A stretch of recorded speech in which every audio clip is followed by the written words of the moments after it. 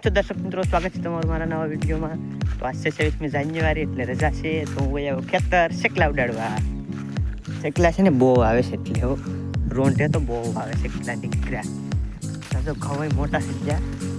આનો પોક બનાવવો પડી, હવે પોક ખાવો પડી. આ જો ખેતર હું કેટલા દી પછી આવ્યો, બાકી તો ઘેર જ હોય આપણે.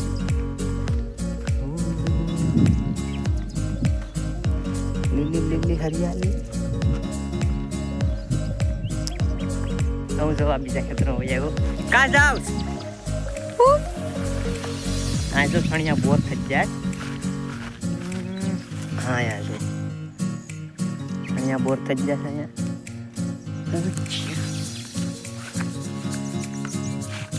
બહુ મજા આવે ખાટા ખાટા મીઠા. ખાટા મીઠા બોર વધારે નથી થયા.